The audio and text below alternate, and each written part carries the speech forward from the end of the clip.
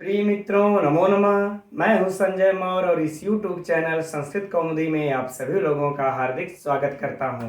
मित्रों, हम लोग अध्ययन कर रहे हैं डॉक्टर बाबूराम सक्सेना की पुस्तक संस्कृत व्याकरण प्रविष्का का। और कल की कक्षा तक हम लोग इनके पृष्ठ संख्या 188 पर दिए हुए सूत्र दुरांतिकार्थेभ्यो द्वितीया च तक अध्ययन कर चुके हैं। और अब आज की कक्षा का अध्ययन उसी पृष्ठ संख्या पर आगे दिए हुए इस गौड़े कर्मणि दुह्यादे प्रधाने निहृकृष्वहाम से अध्ययन प्रारंभ करना है। थोड़ा सा यह आप लोगों को उलझाएगा, यह भाष्य, यह वार्तिक आप लोगों को थोड़ा सा उलझाएगा, इसलिए आप लोग एकदम पुस्तक और नोट्स एकदम तैयार कर लीजिए और ध्यान को एकदम एकाग्रचित कर लीजिए। चलिए इसका हम लोग अध्ययन प्रारंभ करते हैं। तो देखिए, पहले तो यह कह रहा है क्या कि गौड़े कर्मणि दुह्यादे, कि दुह्याद के गौड़ कर्म में, दुह्याद के गौड़ कर्म में अभी चर्चा उसकी आगे होगी। और कह रहे कि प्रधाने, ठीक, प्रधाने किसके प्रधान कर्म में? निहृकृष्वहाम, इन चारों के प्रधान कर्म में विभक्ति प्रथमा, प्रथमा विभक्ति ज्ञेया मने जाननी चाहिए। द्वितीया च यतदन्यता, और अन्यत्र द्वितीया हो, हमें कोई दिक्कत नहीं है, राइट। अर्थात जब हम कर्तृवाच्य से कर्मवाच्य में जब बदलते हैं तब यहाँ पर मित्रों इस प्रकार से लिख करके समझ लेते हैं कि जो दुह धातु से लेकर के, दुह धातु से लेकर के जो हम लोग अकथितम च सूत्र में अध्ययन किए हुए थे कि दुह्याच पच दंड रुद्ध प्रच्छ ची भ्रू सावस जी मत मुसाम अध्ययन किया था ना, तो वहां दुह से लेकर के मुस तक, मुस धातु तक, यहाँ तक, ठीक, यहाँ के गौड़ कर्म में एकदम यह नोट कर लीजिएगा। किसमें? गौड़ कर्म में। गौड़ कर्म में क्या होगा? प्रथमा विभक्ति, ठीक। यही बातें उस समय भी चर्चा हुई थी जब हम लोग कर रहे थे इसका अध्ययन कि ये वाला चारों वाला निहृकृष्वहाम अंतिम में काहे दिया हुआ है, ठीक है। तो उसका रीजन यही है। तो वहां पर यह था नहीं, तो हम लोगों ने इसको अध्ययन नहीं किया था वहां पर, ठीक। तो दुह से लेकर के मूस तक के यह गौड़ कर्म में क्या होगी? प्रथमा। और इसके बाद कहते हैं प्रधान कर्म में किसके? निहृकृष्वहाम। अब हम लोग इसको नोट कर लेते हैं। नी ह्री और करें कि कृष्ण, और फिर कहते हैं कि वह, इन धातुओं के किस में? करें प्रधान कर्म में, है ना। प्रधान कर्म में क्या होगी? करें कि प्रथमा होगी। यही कहे ना कि गौड़े कर्मणि दुह्यादे, दुह्यादि के गौड़ कर्म में और निहृकृष्वहाम के प्रधान कर्म में विभक्ति प्रथमा ज्ञेया, प्रथमा विभक्ति जाननी चाहिए। कब? कर्मवाच्य में। याद रहे, ये जो नियम चल रहा है मित्रों, किसमें चलेगा? यह कर्मवाच्य में चलेगा, राइट। अब करें द्वितीया च तदन्यता, बाकी अन्यत्र जो होगा, जो अन्य जो बचता है उसमें अब द्वितीया कर्तरी हमको कोई समस्या नहीं है, ठीक। अब यह अगर दिमाग में सेट कर लिए मित्रों हम लोग, तो उदाहरण भी हम लोगों को समझना आसान हो जाएगा। अब आइए उदाहरण को देखते हम लोग, इसी पुस्तक से उठाते हैं जो एकदम उदाहरण दिया हुआ कर्तृवाच्य। तो पहले हम लोग देखिए यहाँ पर कर्तृवाच्य को लिख लेते हैं, कर्तृवाच्य। अब यहाँ पर समझते हैं, हालांकि पुस्तक में दिया हुआ है, लेकिन हम लोगों में अब कौन सा सूत्र से हो रहा है, किस सूत्र से हो रहा है, इसको भी जानना पड़ेगा ना, क्योंकि परीक्षा में तो यह भी ना पूछेगा। देखते हैं कर्तृवाच्य में उदाहरण क्या है? गोपः धेनुम पयो दोग्धी। एकदम आराम से समझना है हम लोगों को ना। गोपः धेनुम पयः, अर्थात पयो, है ना। तो हम लोग क्या कर लेंगे? पयः ही लिख लेते हैं, समझने के लिए बेहतर होगा। पयः, पय है ना, ये वाला पयः और दोग्धी, यह क्या हो गया हम लोगों का? कर्तृवाच्य।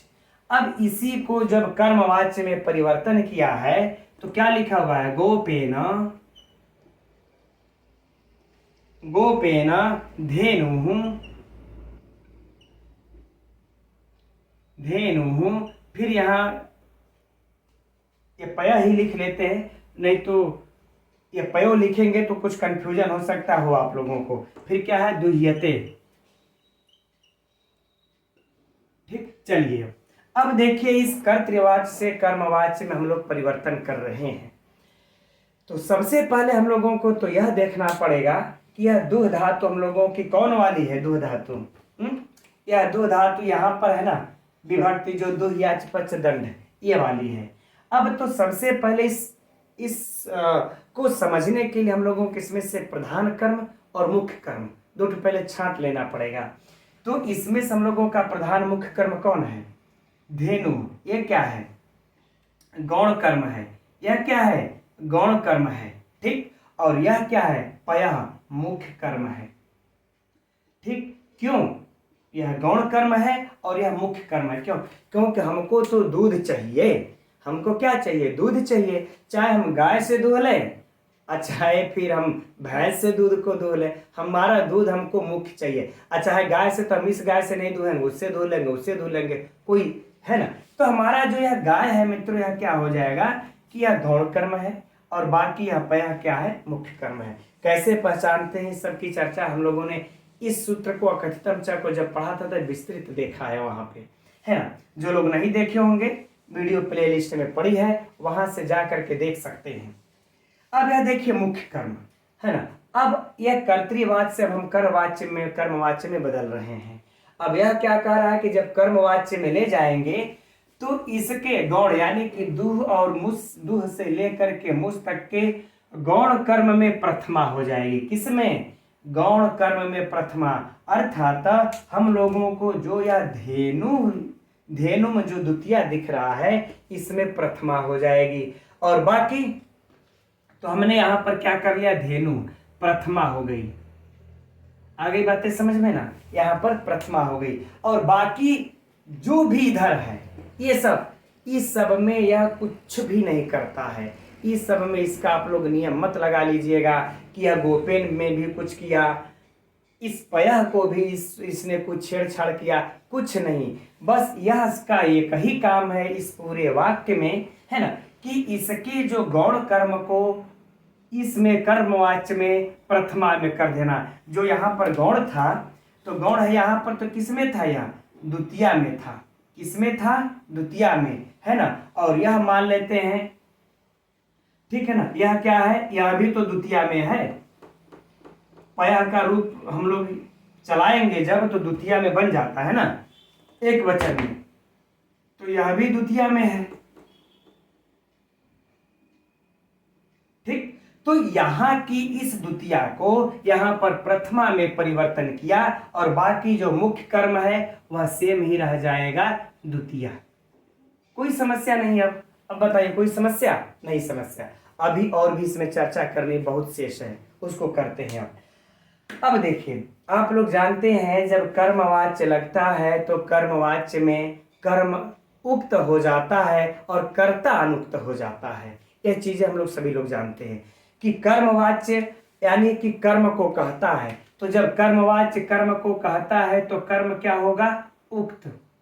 ठीक, और कर्ता क्या होगा, अनुक्त। और कर्ता क्या हो जाएगा, अनुक्त। चलिए इसको हम इस प्रकार से समझते हैं। यद्यपि अभी हम आप लोगों को कर्ता क्या होगा, अनुक्त,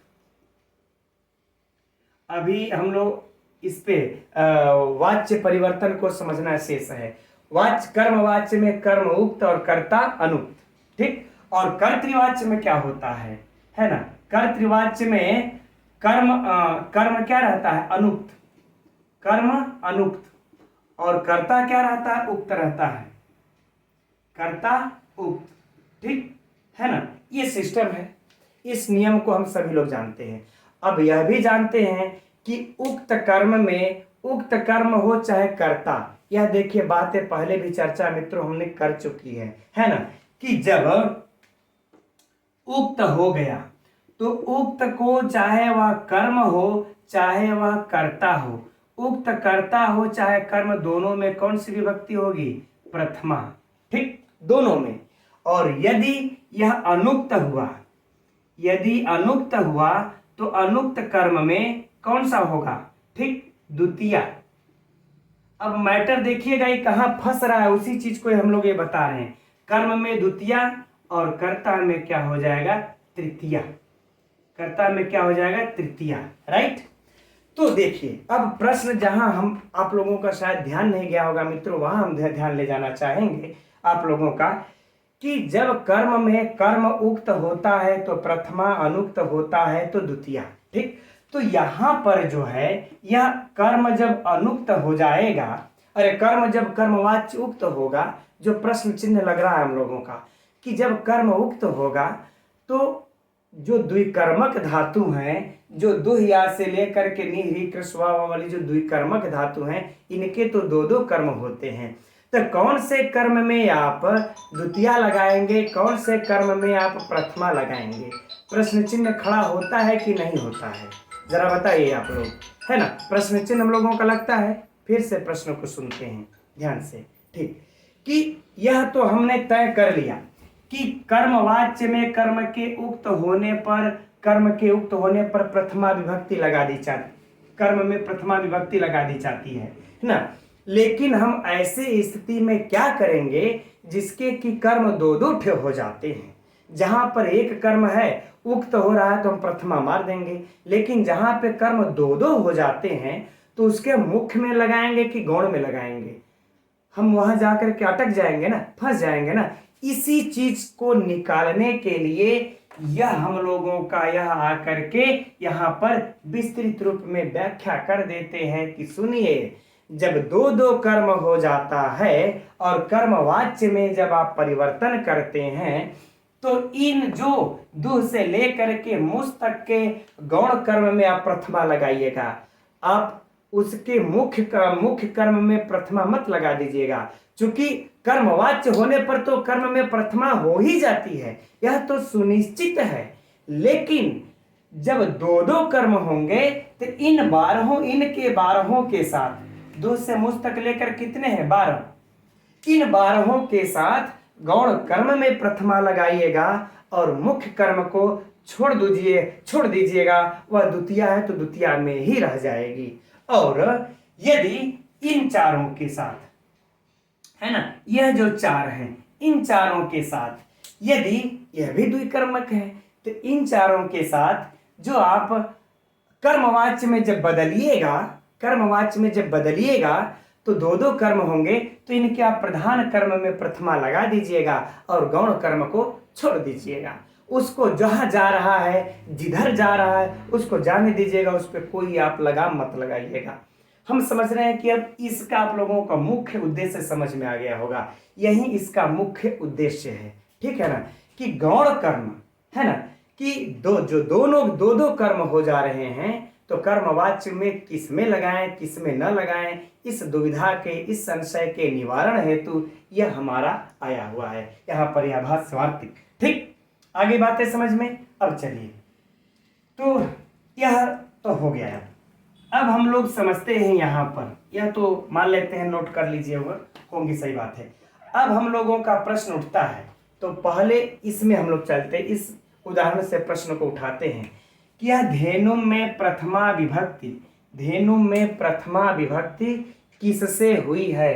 तो एकदम नोट कर लीजिए मित्रों, गौड़े कर्मणि दुह्यादे प्रधाने निह्रे कृष्वाम, इसी से धेनु में प्रथमा हुई है, राइट, है ना। चलिए, यह हम लोगों ने दुह्यादि को लगा दिया प्रथमा। अब एक बात तो यह भी उठती है कि यहाँ पर जो द्वितीया हुई है यह किस सूत्र से होगी। तो याद रहे मित्रों, यह कौन सा कर्म है, मुख्य कर्म है, और मुख्य कर्म की हमेशा किस सूत्र से इसकी कर्म संज्ञा होगी, है ना, किस सूत्र से हो जाएगी, कर्तुरिप्सितमम सूत्र से, है ना, कर्तुरिप्सितमम सूत्र से इसकी कर्म संज्ञा होगी। कौन संज्ञा होगी, कर्म संज्ञा होगी। और फिर जो है कर्मण द्वितीया से द्वितीया विभक्ति, किससे, कर्मण द्वितीया से द्वितीया विभक्ति, ठीक, इससे कर्म संज्ञा, इससे द्वितीया विभक्ति, राइट। अब यह तो दुह्याते, यह तो मान लेते हैं अपने पद, यह कर्मवाच्य में लग गया, कोई बात नहीं है। अब यहाँ पर देखिए कर्ता है। अब यह कर्ता क्या है, जब कर्म उक्त होगा तो कर्ता हमारा क्या हो जाएगा, अनुक्त, और अनुक्त कर्ता में, है ना, कर अनुक्ते कर्तरि तृतीया स्यात्, अनुक्त कर्ता में तृतीया ही होती है। और यहाँ पे कर्तृकर्णयोस तृतीया सूत्र से तृतीया होगी। किससे होगी? कर्तृकर्णयोस तृतीया सूत्र से तृतीया विभक्ति। आगे बातें समझ में? तो हम समझ, ये वाला उदाहरण आप लोगों का पूरा हो गया होगा। इसमें द्वितीया कैसे हुई? कर्म किससे हुआ, है ना, कर्तुरीप्सितम। द्वितीया किससे हुई? कर्मण द्वितीया से। इसमें प्रथमा किससे हुई, है ना, तो इससे द्वितीया थे ये गौड़े, यहां पे लिखना चाहिए ना, किससे हुई? तो गौणे कर्मणि से हुई, कुछ और ही लिख दिया था मैंने, गौड़े ये कर्मणि से। यहाँ पर प्रथमा किससे हुई? इससे हुई, गौड़े ये कर्मणि से हुई। इसमें तृतीया किससे हुई? कर्तृकर्णयोस, ये तृतीया से, इसमें तृतीया विभक्ति हो गई। आगे बातें समझ में? अब बताइए, इससे बाहर इसमें से ऐसा कुछ है जो बचा हो, आप लोगों को पूछ करके उलझाए? मेरे विचार से तो नहीं है। ठीक, चलिए, ये कर्ता अनु। अब हम लोग चलते हैं इसमें, है ना, इसमें चलते हैं। अब यहां पर जब यहां पर देखिए मित्रों, कर्ता उक्त है, तो कर्ता उक्त होगा तो क्या होगी? प्रथमा। यहाँ पर देखिए गोपा हमारा क्या है? कर्ता। तो कर्ता प्रथमा, तो प्रथमा में ये लगा देंगे कर्ता, और बाकी कर्तृवाच्य है तो कर्म अनुक्त होगा, तो दोनों कर्म में क्या हो जाएगी? द्वितीया। तो अब यह तो चर्चा मित्रों हम लोग पिछली भी कक्षा में कर ही चुके हैं, है ना, कि इसमें किस सूत्र से द्वितीया होगी। ये पयः वाला तो सीधे इसी से हो जाएगी, कर्मणि द्वितीया। अर्थात ये इस कर्मणि द्वितीया में इसमें क्या हो जाएगी? कर्मणि द्वितीया से द्वितीया विभक्ति, कर्मणि द्वितीया से द्वितीया विभक्ति। और किससे कर्म संज्ञा हो जाएगी इसकी? जो है कि इससे हो जाएगी कर्तुरीप्सितमम, कर्म से इसकी कर्म संज्ञा। अब आ जाती मित्रों बात गौड़े, ये इस गौड़ में, है ना, ये गौड़ में किससे हुई? तो इसकी अकथितम च से होगी। चर्चा पहले विस्तृत हो चुकी है, क्योंकि यह गौड़ है जिसको कहने की विवक्षा नहीं है। बाकी वही आप लोग देख लीजिएगा। अकथितम च से होगी इसकी क्या? कर्म संज्ञा। और इसके बाद द्वितीया किससे हो जाएगी? तो इसी से हो जाएगी, कर्मणि द्वितीया से इसकी द्वितीया भी हो जाएगी। ठीक, अब बताइए आप लोगों को इन उदाहरणों में से कुछ बचा क्या जो आप लोगों से न समझ में आए, चाहे कहीं आप लोगों को असुविधा हो? ठीक, हमारे दृष्टि से नहीं बचा। अब हम लोग बढ़ते हैं आगे और देखते हैं इसके अगले उदाहरण को। तो इसको पहले हम लोग साफ कर लेते हैं, तब देखते हैं उसको आगे। ठीक, ये उस एक उदाहरण को रहने देते हैं, है ना। चलिए, अब अच्छा, इसमें अगला उदाहरण मित्रों दिया है, देवा समुद्रम सुधाम मन मन मनमथु। ये वाला जो उदाहरण दिया हुआ है यह तो इसी का है, इसी जो 12 में से इसी का है, तो उसको छोड़ देते हैं। अब यह जो 4 वाले जो उदाहरण दिए हैं ना, निहिरी कृष्व, इनका उदाहरण हम लोग देख लेते हैं। इनका उदाहरण जो दिया हुआ है क्या है? सो अजाम, है ना, हम लोग को कर लेते हैं सह अजाम। ठीक, ताकि समझने में एकदम सुविधा हो। पहले कर्तृवाच्य में सह अजाम ग्रामम। परीक्षा में आप लोग यहीं ये मारिएगा, यहां सिर्फ हम समझने के लिए अलग अलग लिख रहे हैं ताकि समझे हमें अच्छे से आए। अब आगे क्या है मित्रों? नयति। ठीक, नयति, हरति, हरति। ठीक, इधर नीचे लिख लेते हैं कर्षति, और फिर क्या है? वहति। यही चारों हैं, वाह। ठीक, ये कर लिया। ठीक, अब इसके बाद जो इधर लिखा हुआ है कर्मवाच्य वाला उदाहरण, उसको लिख लेते हैं। क्या लिखा है? तेन, तेन अजा, तेन अजा ग्रामम, हाँ ग्रामम। फिर क्या है? नयत। अब यहां पर क्या हो जाएगा? नीयते। क्या हो जाएगा? नीयते। चूंकि कर्मवाच्य में ही हम लोगों को अब बनाना है, नीयते ह्रीयते, नीयते ह्रीयते, कर कृष्यते। ठीक, कृष्यते और उह्यते। ठीक, ये मान लेते उह्यते हो गया। चलिए, अच्छा नोट ही कर लेते हैं, उह्यते, वाह। राइट, हो गया। अब देखिए यहाँ पर, अब हम लोग इसको पकड़ लेते हैं जो यह कह रहा था। अब यह कर्म उक्त अनुक्त वाला इसको हटा देते हैं, यहाँ पर इसका कोई कार्य नहीं है, ठीक, चलिए, है ना। अब इसको हम लोग देख लेते हैं। अब यह कह रहा है क्या कि नृ ह्री कृष और वह, ये चार धातुएं हैं।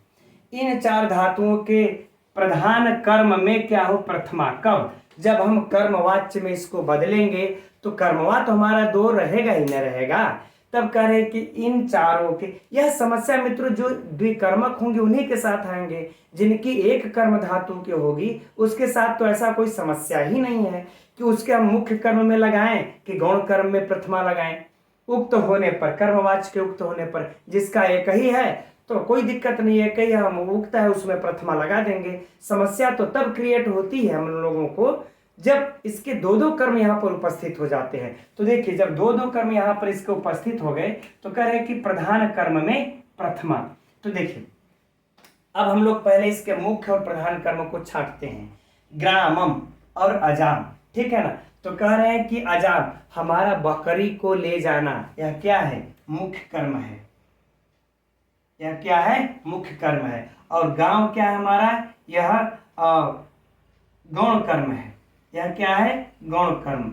अब पहचानेंगे कैसे, आप लोग पिछली वीडियो देख लीजिए, विस्तृत समझाए हैं। यह हमारा मुख्य कर्म, यह गौण कर्म।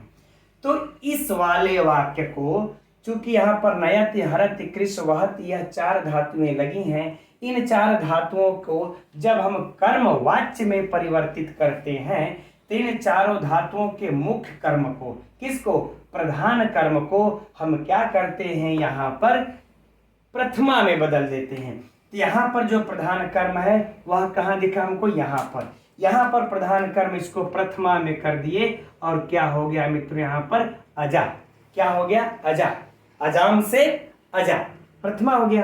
अब बाकी ये जो गौण कर्म है ना, इसको हम छुएंगे ही नहीं, ना ही छेड़ेंगे, यह जैसे था वैसे रहेगा। जिस सूत्र से यहाँ पर गौण कर्म में किससे हुई थी, यहाँ पर इसकी कर्म संज्ञा अकथितम च से इसकी कर्म संज्ञा होगी, कर्मणि द्वितीया से द्वितीया होगी, उसी से होगी। और यहाँ पर भी अकथितम च से इसकी कर्म संज्ञा होगी, कर्मणि द्वितीया से द्वितीया होगी, उसी से होगी, क्योंकि गौण है ना, अकथित है, अविवक्षित है। अब बाकी जो है यह मुख्य कर्म है, इसमें यहाँ पर किस सूत्र से प्रथमा हुई मित्रों, तो एकदम इसी को गौड़े कर्मणि दुह्यादे एकदम इसको लगा लेना है, गौड़े कर्मणि दुह्यादे इसी को लगा लेना है। बाकी हम लोगों को कहीं भी अटकने भटकने की आवश्यकता नहीं है।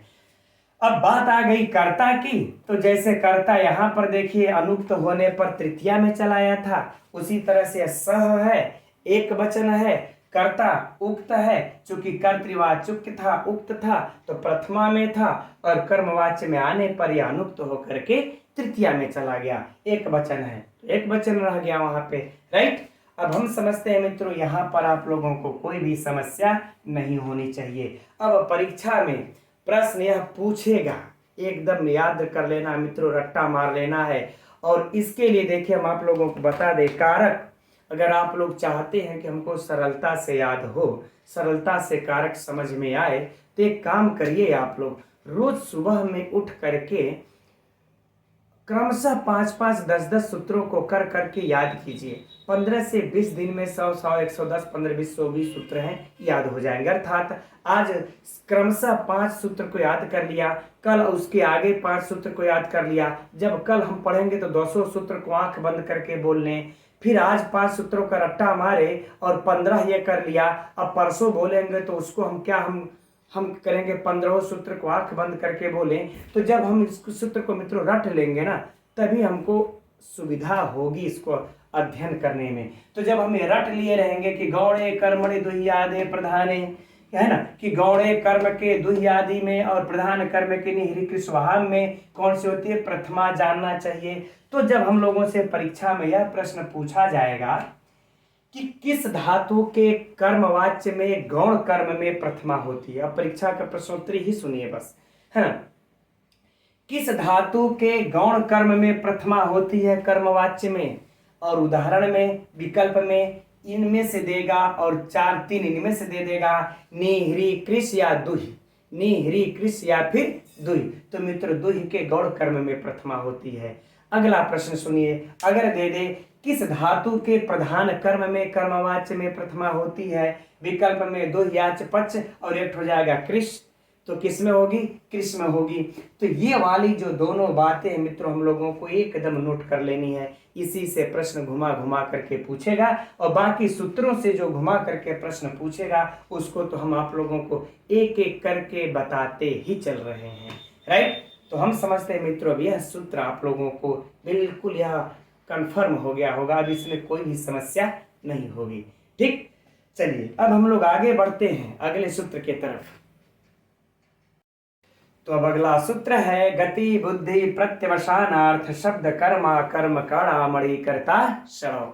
यह सूत्र मित्रों अत्यंत से अत्यंत महत्वपूर्ण है और जितना महत्वपूर्ण है उतना ही यह उलझाता भी है। अगर इसको अध्ययन करने में थोड़ा सा भी ध्यान इधर उधर गया ना तो फिर यह सूत्र इधर से गुजरेगा इधर से गुजरेगा इधर से गुजरेगा लेकिन यहाँ नहीं आएगा।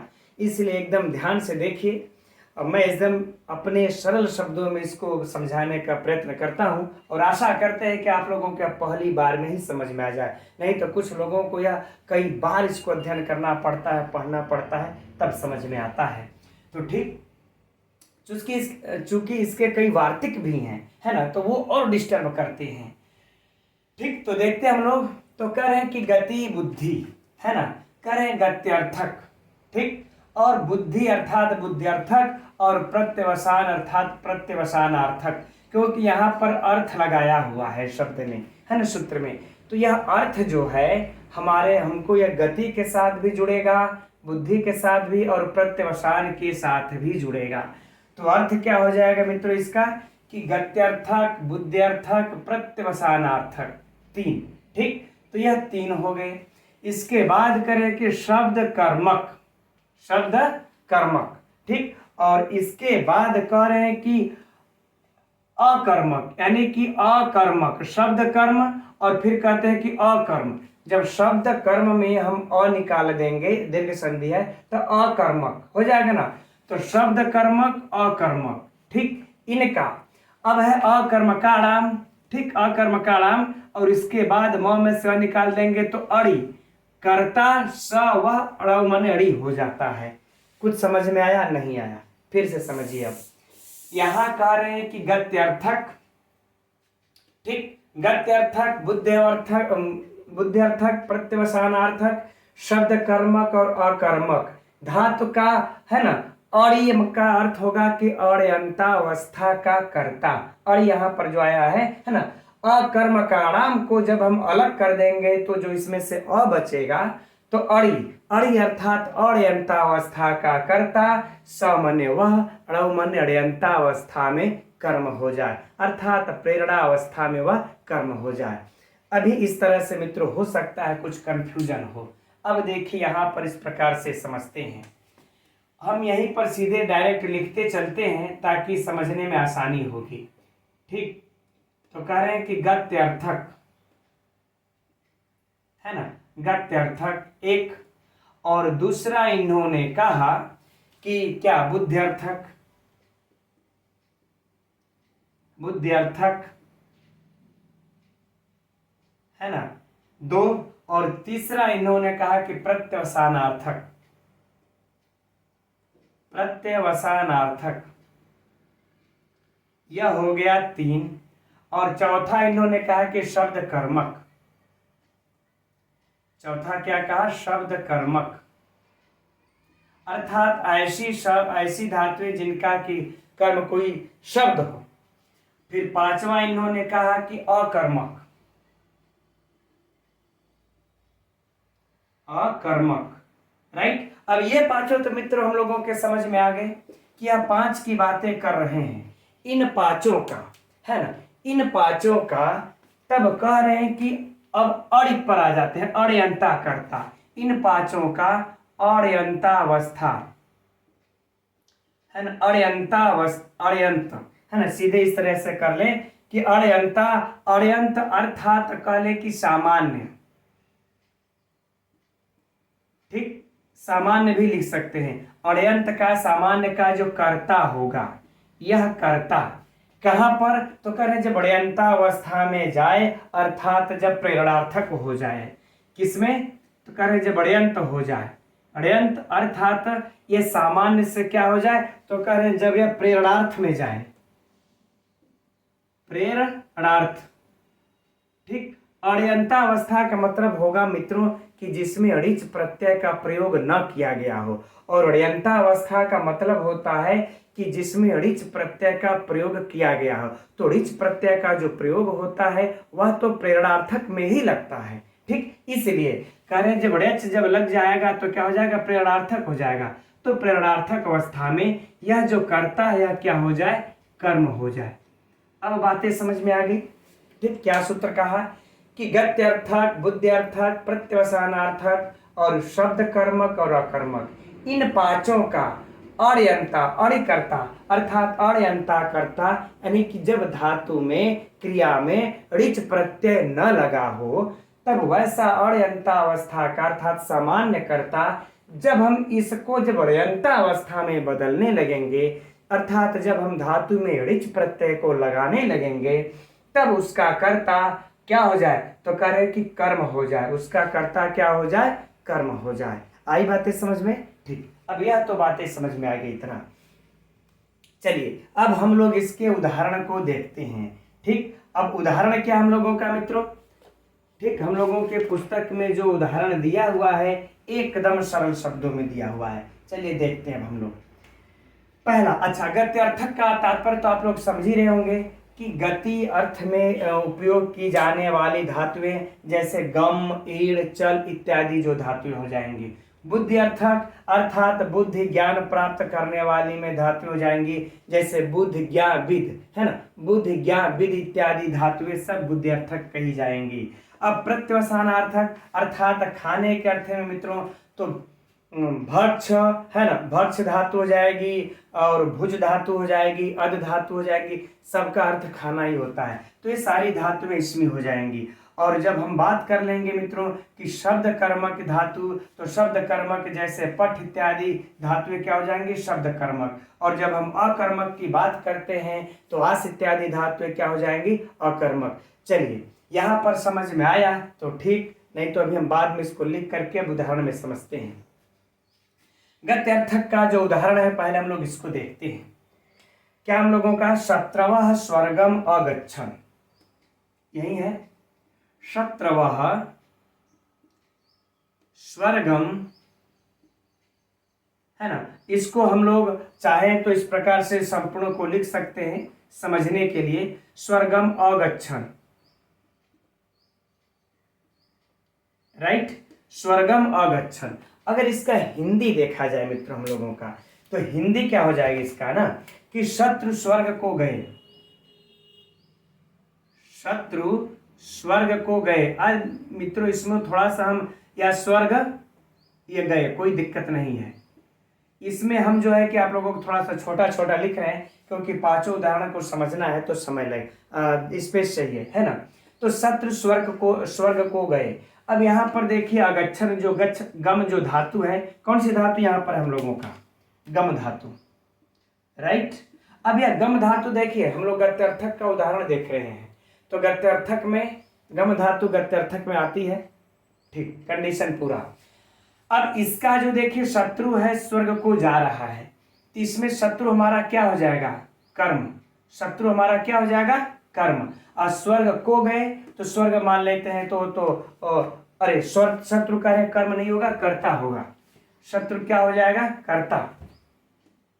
थोड़ा सा भी ध्यान मित्रों इधर उधर जाता है तो कुछ, चूंकि पढ़ाते हुए ध्यान में यह भी चलता रहता है क्या क्या बताना है, कैसे बोले, क्या छूट रहा है, तो कभी इधर उधर शब्द लिखा जाता है या बोला जाता है, कोई बात नहीं। ठीक, कर्ता, शत्रु क्या है, कर्ता, स्वर्ग क्या है हमारा, कर्म, है ना। ये चीज हम लोग जब तक से यह नहीं छाटेंगे तब तक से बड़ा असुविधा हो जाएगी। तो शत्रु हमारा कर्ता, स्वर्ग हमारा क्या हुआ, कर्म। अब यह अण्यंतावस्था अर्थात इसके धातु में अणिच प्रत्यय लगा है, नहीं लगा है, तो यह सामान्य अर्थ का कर्ता है, अण्यंतावस्था का कर्ता है। जब यह अणिजंत अर्थात इसका कर्ता जब हम रिजल्ट अर्थात प्रेरणार्थक में करेंगे तब क्या होगा। अब प्रेरणार्थक का उदाहरण देखते हैं। क्या है, शत्रुन स्वर्गम। चलिए इसको हम ब्लैक से लिख देते हैं, थोड़ा आसानी रहेगी। ठीक, शत्रुन स्वर्गम अगमयत। अगमयत यही दिया हुआ है, शत्रुन स्वर्गम अगमयत। ठीक है ना। अब इस अगमयत में देखिए, अब इसका भी हिंदी लिख लेते हैं, तभी बाकी सारी बातें स्पष्ट हो पाएगी। अब इसका हिंदी क्या हो जाएगा, थोड़ा सा इसको मित्रों हम लोग उधर लिखते हैं, कर्ता को भी इसमें इंक्लूड करना हम लोगों को जरूरी है। ठीक, थोड़ा सा स्पेस ये बना करके इधर लिखते हैं। हरि को भी हम लोग इसमें डाल लेते हैं ना, हरि कर्ता को भी। हरि शत्रुन स्वर्गम अगमयत। अब देखिए सही हो जाएगा ना, हरि शत्रुन स्वर्गम अगमयत। अब देखिए इसका हिंदी अगर हम लोग देख लिया जाए तो हिंदी क्या हो जाएगा कि हरि ने, है ना, हरि ने शत्रुओं को स्वर्ग भेजा। हरि ने शत्रुओं को स्वर्ग भेजा। यह आप लोगों की इच्छा के ऊपर डिपेंड करता है मित्रों। हरि हम जानबूझ के कर्ता को रखे हुए हैं समझने के लिए, यद्यपि उदाहरण में आप लोगों को पुस्तक में नहीं दिखाई देगा। यह हमने जानबूझ करके रखा है ताकि आप लोगों को इसका उदाहरण समझ में आए। अब देखिए यहाँ पर अगम्यत, जो गम धातु है, गमय बनता है, तो जब हम ऋच प्रत्यय को लगा लेते हैं इस गम धातु में तो यह गमय बन जाता है। और भूतकाल में है तो हम लोग क्या ये कर लेंगे, लंग लकार में अगम्यत, अगम्यत हो गया। तो यह भेजा यानी कि ऋजंत, ऋयंतावस्था का यह कर्ता हो गया। तो यहां पर कर्ता कौन था, यह है ना, शत्रवः, यह कर्ता था। अब यह कर्ता करके यहां पर क्या हो जाएगा मित्रों, हम लोगों का शत्रु अर्थात शत्रु, यह कर्म हो जाएगा। बस यही यह सूत्र कहता है कि इन पांचों के कंडीशनों का अवस्था का कर्ता अंतावस्था में जाकर के कर्म हो जाएगा, और बाकी अब कुछ नहीं करता है, कर्म की संज्ञा का विधान कर रहा है, कर्म की संज्ञा का यह विधान कर रहा है। समझ में बातें आ गई कि यह शत्रु। अच्छा, एक बात यह भी है कि प्रेरणार्थक का अर्थ तो समझ ही रहे हैं भाई, एक ठो हम जा रहे हैं और एक ठो हमने आपको भेजा, अर्थात हमने आपको प्रेरित किया, अर्थात हमने क्या किया, आपको प्रेरित किया आपको भेजने के लिए। ठीक, तो ये तो हम अपने से जाएंगे, ध्यान दीजिएगा, जब हम अपने से जाएंगे साधारण अवस्था में रहेंगे तब वह हम करता है, लेकिन जब हमको कोई और भेजेगा, हमको कोई और प्रेरित करेगा, ऋच प्रत्यय लगा करके हमको कोई और प्रेरित करके भेजेगा, तब वो कर्ता हो जाएगा, हम कर्म हो जाएंगे। सीधी सी बात कि हम अपने से जाएंगे तो कर्ता, और हमको कोई प्रेरित करके जब भेजे मित्रों तो क्या हम हो जाएंगे, कर्म हो जाएंगे। राइट, तो हमको देखिए क्या कर रहे हैं कि हरि ने भेजा, हरि ने शत्रुओं को भेजा। यहां तो शत्रु अगर अपने से जा रहे हैं तो करता रहे, और जब हरि को, अब जो शत्रुओं को, अब उसी शत्रुओं को हरि ने भेज रहे हैं, ऋच प्रत्यय लगा करके प्रेरणार्थ में हम प्रेरित कर रहे हैं, तुम लोग स्वर्ग को जाओ। ठीक, तब यह कर्ता आकर के यहाँ ये प्रेरणार्थक में कर्म हो गया। अब बताइए यहाँ पर कोई समस्या, कोई समस्या नहीं, हम समझते हैं जहां तक। लेकिन अब यहाँ पर परीक्षा का प्रश्न क्या होगा, है ना, कि इस शत्रुन का कर्म किस सूत्र से हुआ है, उसकी भी चर्चा करते चले, है ना। तो किस सूत्र से हुआ मित्रों, गति बुद्धि प्रत्यवसानार्थ शब्द कर्मा कर्म कर्ता मणि काड़ा सड़व से यहाँ पर इसकी जो है कि कर्म संज्ञा हो गई है। अब हो जाएगा कि इस शत्रुन में, इस शत्रुन में किस सूत्र से द्वितीया विभक्ति हुई है, तब बताइए। ठीक, तो कर्मणि द्वितीया से ही द्वितीया होगी, जहां पर यह कर्म संज्ञा किया वहां पर ये देखिए, याद रखिए कि द्वितीया विभक्ति का विधान नहीं कर रहा है, यह सिर्फ कर्म संज्ञा का विधान कर रहा है। अगर आप लोगों से पूछ दिया जाए किस सूत्र से द्वितीया हुआ तो इसको मत मारिएगा आप लोग, क्योंकि यह तो सिर्फ कर्म करके बेचारा अपना काम खत्म करके किनारे बैठ गया। अब कर्मणि द्वितीया ढूंढता रहता है इधर उधर इधर उधर कि किसकी किसकी कर्म संज्ञा हो रही है, उसको तुरंत द्वितीया कर देता है। राइट, चलिए और बाकी हरि है करता है तो इसको कोई छुएगा नहीं। स्वर्गम यहाँ पर पहले भी कर्म था, यहाँ पर अब भी कर्म रहेगा, यहाँ पर कोई समस्या नहीं है। पहले भी कर्म, अब भी कर्म, पहले भी कर्मणि द्वितीया से द्वितीया, अब भी उसी से द्वितीया, कोई समस्या नहीं। तो हम समझते हैं परीक्षा के लिए फाइनल ये वाला उदाहरण। अब चलते हैं, ठीक, अब अगले उदाहरण में चलते हैं हम लोग। बुद्ध्यर्थक। बुद्ध्यर्थक का उदाहरण हम लोगों का क्या है? स्वे वेदार्थम अविदु।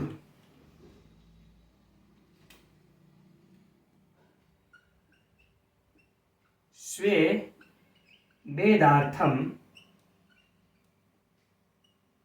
अविदु, है ना, यही है स्वे वेदार्थम अविदु। अर्थात हिंदी क्या हो जाएगी मित्रों इसकी, है ना, कि स्वजनों ने वेद का अर्थ जाना या स्वजनों ने वेद पढ़ा। स्वे अर्थात स्वजनों ने वेद को पढ़ा या फिर वेद का अर्थ जाना, कुछ भी कर सकते हैं। वेद को पढ़ा या वेद को जाना, ठीक, अपने अनुसार हम लगा लेंगे, कोई समस्या नहीं। अब देखिए स्वजन है, वह क्या कर रहे हैं? वेद को पढ़ रहे हैं, है ना। तो वेद को पढ़ रहे हैं तो यह वेद, यह स्वजन क्या हुआ, है ना, यह जो हमारे जो अब स्वजन होंगे या क्या हो जाएंगे यहाँ पर? कर्ता, क्योंकि यह हो जाएंगे कर्ता और यह हो जाएगा वेद को, तो वेदार्थम हमारा क्या हो जाएगा यहाँ पर? कर्म, कोई समस्या नहीं है हम लोगों को। और यहाँ पर क्या है? अविदु। अविदु माने जाना। अब यह जो धातु है देखिए बुद्ध्यर्थक अर्थ में आई है कि नहीं? अर्थात जानना, पढ़ना, ज्ञान पाना, उस सब धातु में है, तो अविदु आ गया, कंडीशन पूरा, ठीक। अब हम लोग बढ़ते हैं आगे बढ़ते हैं, इस अड़यंतावस्था को अड़यंतावस्था में परिवर्तित करते हैं। अब तो अड़यंतावस्था में जब प्रेरित करना होगा मित्रों, तो क्या हम लोग अब कर देंगे इसको, है ना, स्वान, क्या कर लेंगे? स्वान वेदार्थम, हरि को भी लगा लेते हैं, ठीक, हरि स्वान वेदार्थम। अब अविदु का है तो अवेदयत,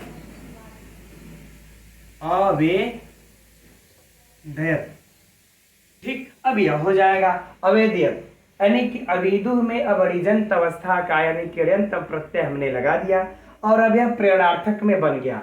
यहां इस पूर्ण साधारण वाक्य में, सामान्य वाक्य में, जहां पर कि यह स्वजन अपने से वेद पढ़ रहे थे, अब यहां पर हरि वेद को पढ़ा रहे हैं, हरि के प्रेरणा से, हरि को प्रेरित करने पर वेद को पढ़ रहे हैं, तो प्रेरणार्थक हुआ ना।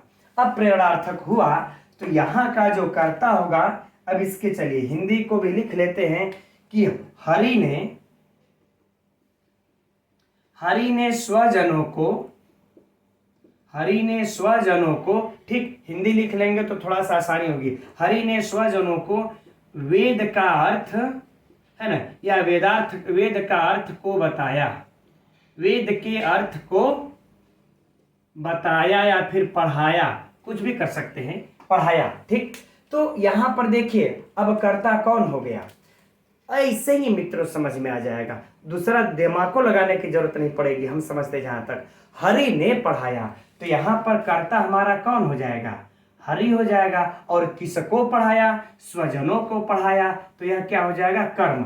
तो जो यहाँ पर स्वजन करता थे, वह स्वजन आकर के यहाँ पर कर्म हो जाते हैं, वह स्वजन आकर यहाँ पर क्या हो जाते हैं? कर्म हो जाते हैं, राइट, है ना।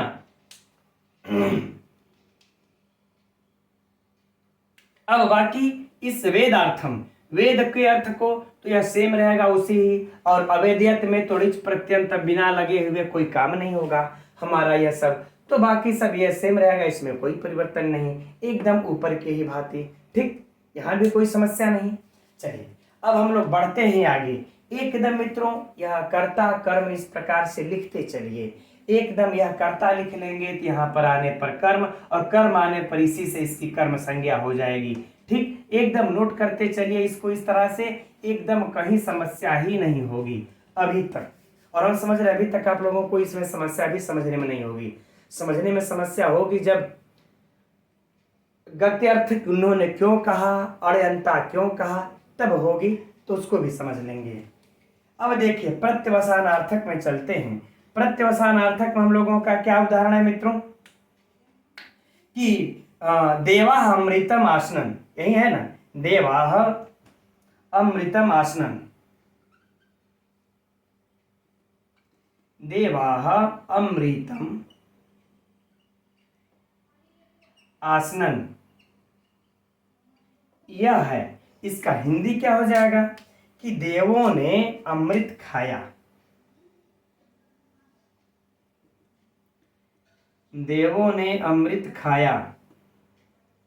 अब बताइए यहां पर देव जब अमृत खा रहे हैं तो देव स्वयं से खा रहे हैं ना, कि कोई उनको प्रेरित कर रहा है खाने के लिए, अपने से खा रहे हैं, मन किया खा रहे हैं। तो देव अमृत खा रहा है तो अमृत देव क्या हो जाएगा, कर्ता। देव क्या हो जाएगा, कर्ता, और अमृत क्या हो जाएगा यहाँ पर, कर्म। अमृत को खाया तो अमृत कर्म, खैर कोई बात नहीं, हमको तो कर्म से यहाँ पर कोई लेना देना ही नहीं है।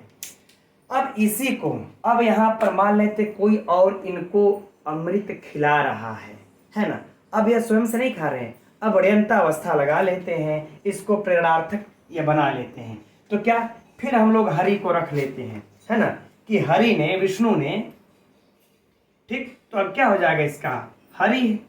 ये याद रहे यह जो आसनन है, यह जो है कि प्रथम पुरुष का बहुवचन है, क्योंकि यहाँ पर देवों ने अमृत खाया है ना, प्रथम पुरुष का बहुवचन है। लेकिन हम लोगों को जो इसका उदाहरण जो मिलता है वह अब क्या हो जाता है, ठीक। तो हरि अब क्या हो जाएगा यहाँ पर, देवा का देवान, कर्म हो गया देवान, ठीक। अमृतम, अमृतम को तो ऐसे ही रख देना है, कोई छेड़छाड़ नहीं करनी है। अब आसनन में हमको इसमें अब क्या करना है कि अमृत खिलाया, तो हम लोग क्या कर लेंगे, अब ऋच प्रत्यय ये लगा लेंगे, कर लेंगे आश्रियत, क्या कर लेंगे, आश्रियत, ठीक। तो देव देव देव देवम देव देवान, बहुवचन। अब देखिए यहाँ पर एक चीज हम लोगों को ध्यान में रखनी पड़ेगी। चलिए अच्छा उसकी चर्चा भी करते हैं, पहले इसको हम लोग लगा लेते हैं। तो यहाँ पर देखिए हिंदी लिखते हैं पहले, है ना। तो हरि ने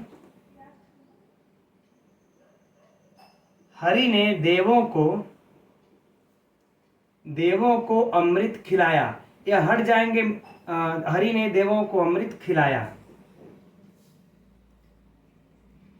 पांचों पूरा होने के बाद मित्रों हम हट जाएंगे, आप लोग आराम से अंतिम में स्क्रीनशॉट ले लीजिएगा, स्क्रीनशॉट लेकर के उसको रख लीजिएगा, हम छोड़ देंगे उसके लिए, ठीक। तो हरि ने देवों को अमृत खिलाया। अब देखिए यहाँ पर जो यहाँ पर देव अपने से खा रहे थे, कर्ता थे, अब यहाँ पर हरि खिला रहे, लो तुम खो, ठीक। तो अपने से नहीं खा रहे ना, हरि खिला रहे हैं। तो हरि हुए क्या, हरि क्या हो जाएंगे यहाँ पर, कर्ता, और फिर और यह क्या हो जाएगा, देवों को क्या हो जाएगा, कर्म।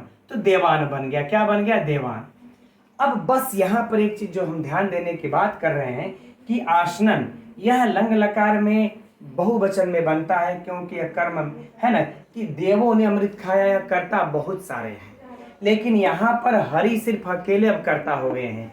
इसलिए आश्रयत अब यहाँ पर जब हम लगाएंगे अड़यंता अवस्था को इस क्रिया में, तो एक वचन में बनाएंगे। हो सकता है इस पर बहुत सारे लोगों का ध्यान नहीं गया होगा, तो इसको यह ध्यान में यह रख लीजिएगा, क्योंकि यहाँ पर अब कर्ता क्या, अब कर्म के अनुसार तो चलेगा नहीं। अब यह कर्ता तो एक वचन है, हरि अकेले हैं, तो आश्रित ही हम बनाएंगे, बहुवचन में फिर अब नहीं बनाएंगे। ये चीज ध्यान रखनी होगी, ठीक। कर्ता बाकी सब प्रश्न वही, कोई समस्या नहीं, हम समझते हैं। यह भी अब आप लोगों के लिए पूरा हो गया, ठीक। आगे बढ़ा जाए।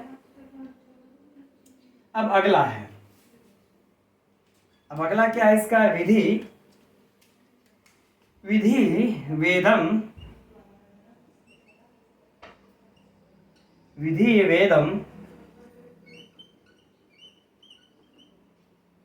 वेदम अध्ययन, ठीक है ना, क्या है, अध्ययन। सोच समझ के थोड़ा लिखना पड़ जाता है मित्रों, फिर भी गलत हो ही जाता है। विधि वेदम अध्ययन, ठीक है ना। इसका हिंदी क्या हो जाएगा मित्रों हम लोगों को कि ब्रह्मा ने वेद पढ़ा।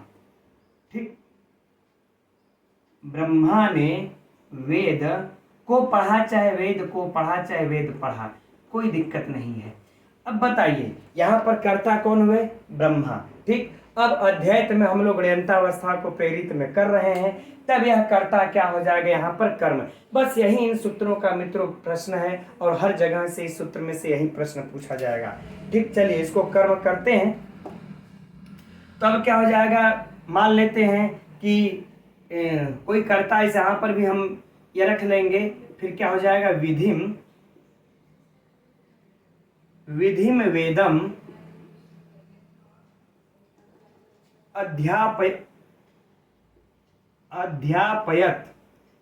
ठीक, जब ऋयंतावस्था में लगा लेंगे तो बन जाएगा मित्रों अध्यापयत, अर्थात क्या हो जाएगा? ब्रह्मा को, है ना, इसका हिंदी क्या हो जाएगा? ब्रह्मा को वेद पढ़ाया।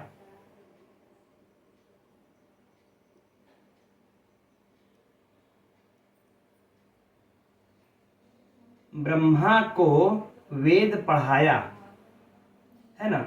ठीक, अब बाकी यहाँ पर भी मित्रों सेम वही बातें। देखिए विधि जो यहाँ पर करता था, जो यहाँ पर यह विधि जो हम लोगों का क्या था? कर्ता, और यह ऋयंतावस्था में अर्थात प्रेरणार्थक में आकर के क्या हो गया? कर्म। अगर कर्ता किसी को रखना है तो हम अपनी इच्छा अनुसार रख भी सकते हैं, कोई समस्या नहीं। अब यहाँ पर अकर्मक में चलते हैं। अच्छा, यहाँ पर देखिए है कि यह जो वेदम है ना, चूंकि शब्द कर्मक है, इसको हमने यहाँ पर बताना भी हमसे मिसिंग हो रही है। ठीक, यहाँ पर जो वेदम है उसको जो छूट रहा है उसको सुनिए। वेदम क्या? हमारा ये शब्द कर्मक है। ठीक, तो इसका जो कर्ता होगा, इसका कर्ता शब्द कर्मक इसमें के अंतर्गत आएगा ना। अध्ययत धातु का क्या होगा? शब्द कर्मक है वेदम, अर्थात यह हमारा इसका जो कर्ता होगा यहाँ पर जाकर के कर्म हो जाएगा शब्द कर्मक होने पर। अब अकर्मक का देखते हैं। अकर्मक क्या है? पृथ्वी, है ना, पृथ्वी सलिले आस्ते। ठीक, सलिले आस्ते अर्थात पृथ्वी जल पर थी। हिंदी भी लिख लेते हैं, पृथ्वी जल पर थी, यह हो गया। अब पृथ्वी जल पर थी, राइट, कोई समस्या नहीं यहाँ पर। जब पृथ्वी जल पर थी, खड़ी पाई सब में आप लोग लगा लीजिएगा, छूट रहा है। पृथ्वी जल पर थी। अब यहाँ पर देखिए, यहाँ आस धातु अकर्मक है। इस अकर्मक धातु का जो यहाँ पर पृथ्वी है, जब यहाँ पर जब ऋयंतावस्था में हम लोग इसको अब कर लेंगे तो क्या हो जाएगा? पृथ्वी सलिले आस्ते, अरे आशयत, क्या हो जाएगा इसका? आशयत, चूंकि ऋजंता में ही लगाना है ना, ऋच प्रत्यय लगा देना है, तो क्या हो जाएगा? आशयत, राइट। चलिए अब पृथ्वी देखिए, यहाँ पर एक कर्ता जो था, अब यहाँ कर आकर के यह क्या हो गया? कर्म। पृथ्वी अब क्या है कि पृथ्वी को जल पर रखा, पृथ्वी को जल पर रखा। चलिए हिंदी भी लिख लेते हैं, पूर्ण हो जाएगा। पृथ्वी को जल पर रखा। आगे बातें समझ में? अब देखिए यहाँ पर मित्रों, ये तो हो गया हम लोगों का ये पांचों उदाहरण, लेकिन यहाँ पर हम लोगों को 2-3 बातें कुछ समझनी है। वह क्या समझनी है कि इन्होंने गति, बुद्धि या 5 कंडीशन ही क्यों बताए? यह पांचों कंडीशन नहीं रहेगा तो क्या स्थितियां पैदा होंगी? और इन्होंने अण्यंता अवस्था के कर्ता को ही ऋयंता में कर्म क्यों बताया? अगर ऐसा नहीं बताते या फिर अण्यंता अवस्था का ऋयंता में नहीं हो तो क्या स्थितियां बनेंगी? अण्यंता का अवस्था ऋयंता में जाता है तो कर्म हो जाता है, लेकिन अगर ऋयंता अवस्था का कर्ता अगर ऋयंता अवस्था में फिर घुसे तो कर्म होगा कि नहीं होगा? प्रश्न उठ रहा होगा ना कि अण्यंता अवस्था का कर्ता ऋयंता अवस्था में जाकर के कर्म हो जा रहा है, तो जब ऋयंता अवस्था का भी यदि कोई कर्ता हुआ तो जाकर के कर्म होगा कि नहीं होगा?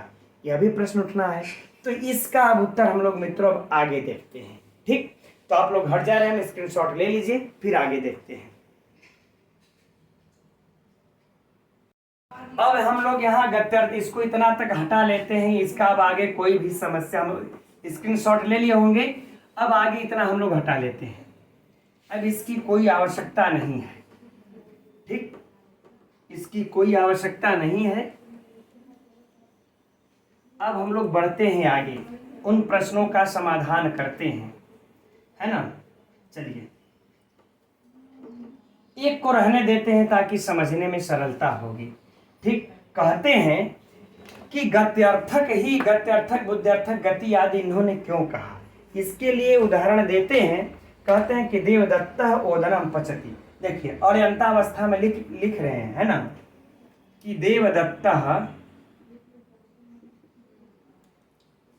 यहां पर अगर आप लोग लिख लेंगे तो इस तरह से लिख सकते हैं कि गति किम, कि गत्यार्थक किम, इन्होंने क्यों कहा। ठीक है ना, तो ये उसका उदाहरण होगा कि देवदत्तः ओदनम पचति।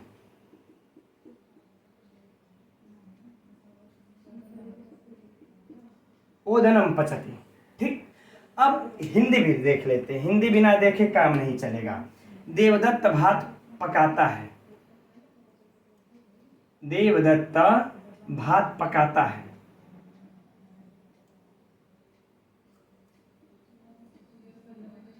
राइट, ये हो गया। अब देखिए, देवदत्त जब भात को पका रहा है तो यहां पर देखिए, अब यह अड़यंतावस्था का करता है। अड़यंतावस्था अर्थात साधारण अवस्था, इसमें ऋजंत प्रत्यय का प्रयोग नहीं है। अब इस कर्ता को यहां पर देखिए, देवदत्त हम लोगों का क्या है, कर्ता। अब इस कर्ता को हम लोग कहां ले चलते हैं, इस वाक्य को हम लोग अब प्रेरणार्थक में अर्थात ऋजंत प्रत्यय लगा करके अब बना रहे हैं। ऋजंत प्रत्यय लगा करके जब हम लोग अब बना रहे हैं तो इसको ऐसे अब कर लें, है ना, कि मान लेते हैं कि यज्ञदत्त को भी रख लेते हैं। ठीक, कि यज्ञदत्तः, एक एक्स्ट्रा हम जोड़ दे रहे हैं मित्रों इसमें ना, कि एक यज्ञदत्त को रख लेंगे तो समझ में आसानी से आ जाएगा कि यज्ञदत्तः देवदत्तेन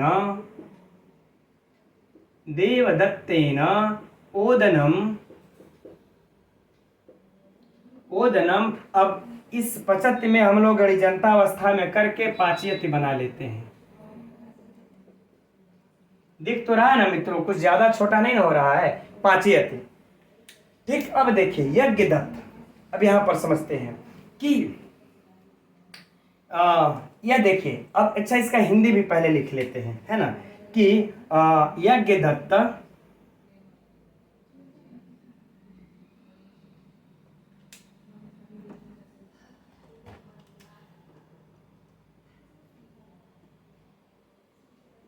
यज्ञदत्ता देवदत्त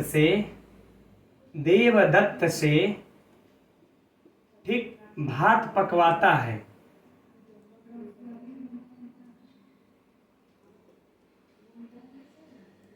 ठीक, भात पकवाता है। अब देखिए, जहां यहां देवदत्त स्वयं पका रहा था अपनी इच्छा से, यह देवदत्त करता था। अब इस पचत में हम लोगों ने यहाँ ऋजंत प्रत्यय लगा, ऋच प्रत्यय लगा करके ये बना लिए पाचयति। अब पाचयति ये बना लिए, तब यहाँ अब यह देवदत्त अपने से नहीं पका रहा है, इसको कोई प्रेरित किया। किसने? यज्ञदत्त ने प्रेरित किया। यज्ञदत्त ने प्रेरित किया कि नहीं तुम भात पकाओ। तो यहाँ पर अब यह अण्यन्तावस्था का जो करता था, अब इस सूत्र के अनुसार यहाँ पर अण्यन्तावस्था में इसको देवदत्त कर्म हो जाना चाहिए। कर्म हो जाना चाहिए था कि नहीं हो जाना चाहिए था इस सूत्र के अनुसार? तो वही कह रहे हैं कि नहीं, यह कर्म नहीं कर सकते। यहाँ पर क्यों नहीं कर सकते? क्योंकि यहाँ पर जो पचत धातु लाए हैं, आप लिखे हैं, यह पचत धातु है ना, यह पच धातु न तो गति में आती है, न तो बुद्धि में आती है, न प्रत्यवसान में आती है, न शब्द कर्मक में आती है, न अकर्मक में आती है। ये जो पांचों कंडीशन था, 3, 4, 5, ये जो पांचों कंडीशन था, इन पांचों कंडीशनों में कोई भी धातु नहीं है। तो जब ये पांचों कंडीशन की धातु नहीं है, तो इसके कर्ता को आप कर्म नहीं करेंगे। तब कर्म नहीं करेंगे तो क्या हो जाएगा? कर्ण कर देंगे। क्या कर देंगे? कर्ण। क्योंकि हम देवदत्त से पकवा रहे हैं, तब क्या कर रहे हैं? हम देवदत्त से पकवा रहे हैं, तब क्या हो जाएगा मित्रों? यहाँ पे कर्ण। ठीक, तो यहां पर कर्म न हो करके क्या हो जाएगा, अब यह कर्ण, और यह कर्ण हो करके इसमें कौन सी विभक्ति हो जाएगी, तृतीया विभक्ति। आगे बातें समझ में। इसलिए कहते हैं कि इन पांचों का कंडीशन में होना जरूरी है। ठीक, चलिए ये तो सरल था, ये बातें समझ में आ गई होंगी। अब चलिए एक दूसरे तरफ बढ़ते हैं कि इन्होंने ऐसा क्यों कहा कि अड़यंतावस्था का कर्ता ही अड़यंतावस्था में कर्म हो, ऐसा इन्होंने क्यों कहा। ठीक, तो सुनिए, इसके लिए अब थोड़ा सा दिमाग को मित्रों पुनः क्या कर लीजिएगा, फ्री छोड़ लीजिए, तभी समझ में आएगा। दूसरी तरफ बिल्कुल ध्यान मत आप लोग लगाइए, नहीं तो थोड़ा सा भी ध्यान भटका, मैंने पहले ही कह दिया है, थोड़ा सा भी ध्यान भटका नहीं कि इधर के लेनी के देनी पड़ जाएंगे। ठीक, देखते हैं। तो इसके लिए हम लोगों को उदाहरण प्राप्त होता है मित्रों, क्या पहले अपने हिसाब से देखिए, जो पुस्तक में दिया हुआ है इसमें तो कुछ अन्य तरीके से दिया हुआ है, हम अब अपने तरीके से आप लोगों को समझाते हैं क्योंकि पुस्तक में से नहीं चलते हैं। तो इसके लिए देखिए हम लोग पहले ऐसे करते हैं कि मान लेते हैं कि यज्ञदत्तः गच्छति, पहले अड़यंतावस्था में देखते हैं, यज्ञदत्तः गच्छति, ध्यान से समझिएगा मित्रों तब समझ में आएगा, यज्ञदत्तः गच्छति। ठीक, अब इसका हिंदी भी क्या हो जाएगा हम लोगों का, यज्ञदत्त जाता है,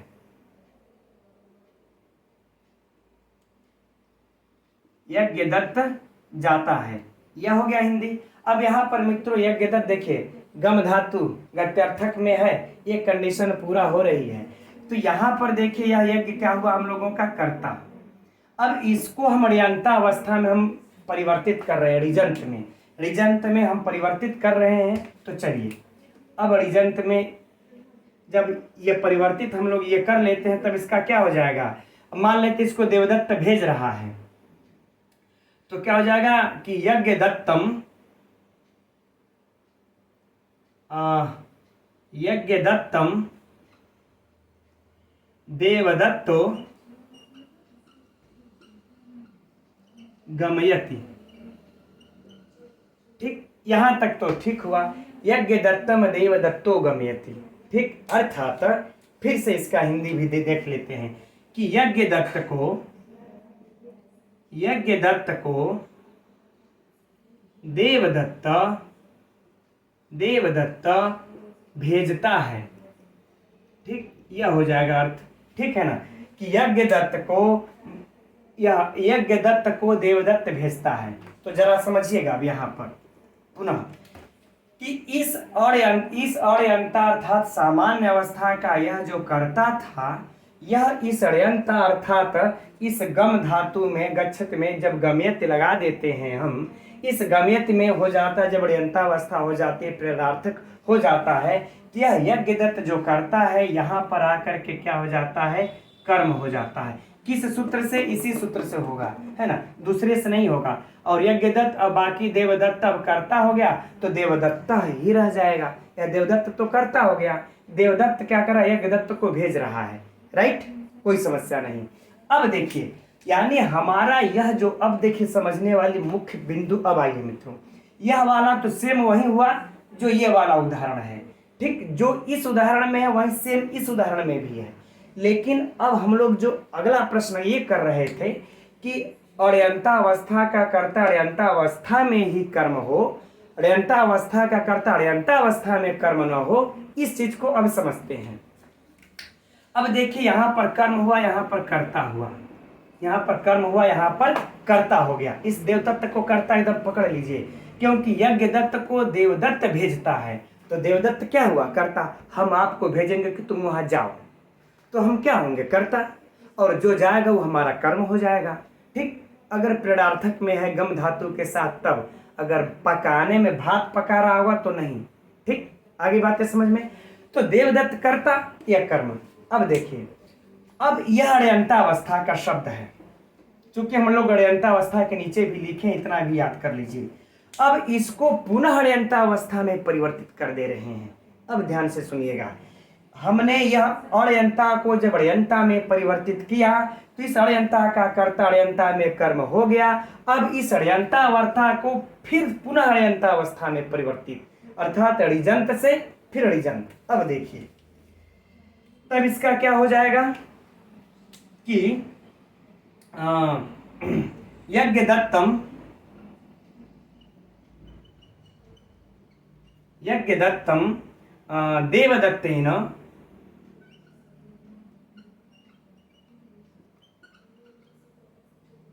देवदत्तेन और उसके बाद एक कर्ता हम मान लेते हैं विष्णु मित्र। ठीक, चलिए यहां पर लिख लेते हैं, विष्णु मित्र को पहले लिख लेते हैं ताकि आप लोगों को सीक्वेंस से विष्णु मित्र समझने में सरलता होगी। ठीक,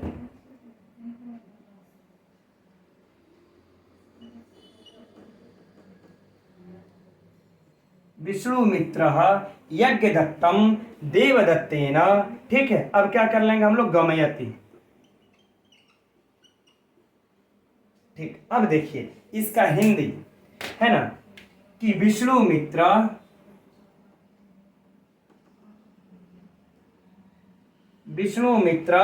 देवदत्त से यज्ञदत्त को भिजवाता है।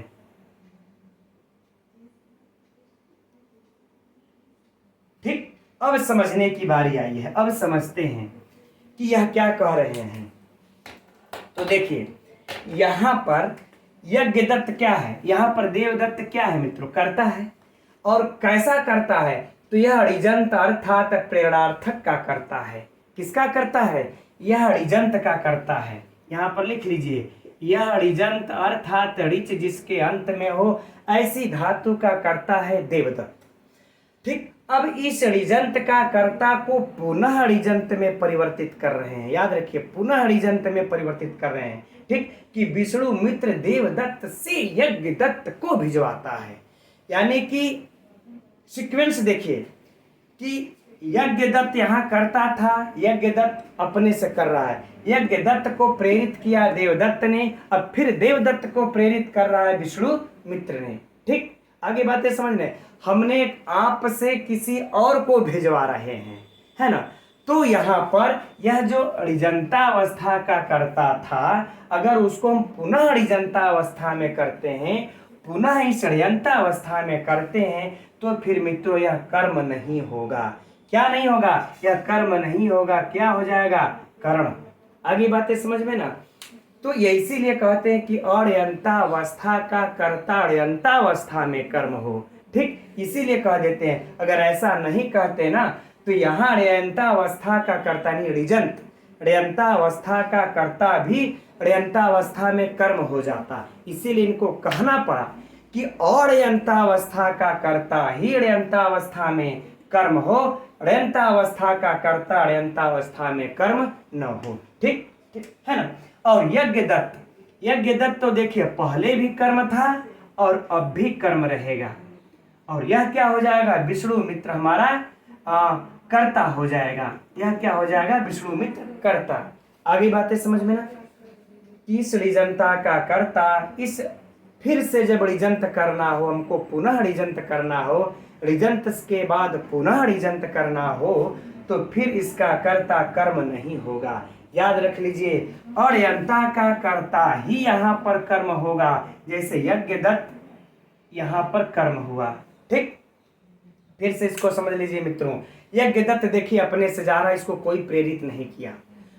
ठीक, अपने से गया तो कर्ता हुआ। जब इसको प्रेरित किया तो देवदत्त ने प्रेरित किया, देवदत्त कर्ता हो गया, ये कर्म हो गया। अब फिर देवदत्त को भी कोई प्रेरित कर रहा है ना, देवदत्त को भी कोई प्रेरित कर रहा है ना। तब अब देवदत्त को जब कोई प्रेरित किया तो देवदत्त पुनः कर्म नहीं होगा। आगे बातें समझ में। ठीक, हम अपने से जाएंगे तो हम कर्ता, और हमको आपने अगर प्रेरित किया तो आप कर्ता जा करके वहां पर ऋजंत में कर्म होंगे। फिर आपको भी अगर किसी ने प्रेरित किया तब नहीं होंगे। बस इसका यही मूल मंत्र हुआ। राइट मित्रों, तो हम समझते हैं आप लोगों को अब यह सूत्र समझ में आ गया होगा। बड़ा माथा पच्ची है इसमें थोड़ा सा भी अगर डिसबैलेंस होगा ना इधर से उधर तो फिर समझ में नहीं आएगा। अब देखिए इसमें कुछ भाई 5 धातुएं हैं, है ना। अब इसमें कुछ वार्तिक भी हैं। अब वो वार्तिक क्या कहते हैं, अब आज की कक्षा को रहने देते हैं, इतने में आप लोगों की खोपड़ी उड़ने लगी होगी। अब हम लोग उस वार्तिकों को कल देखेंगे। कल अगर नहीं समझ में आया होगा मित्रों तो आप लोग कमेंट्स कीजिए, कल मैं इसको पुनः फिर से समझा करके तब वार्तिक में घुसेंगे। तो आज की कक्षा के लिए हम लोग इतना ही रहने देते हैं। अब कल फिर मिलेंगे 11 बजे, तब तक के लिए नमो नमः।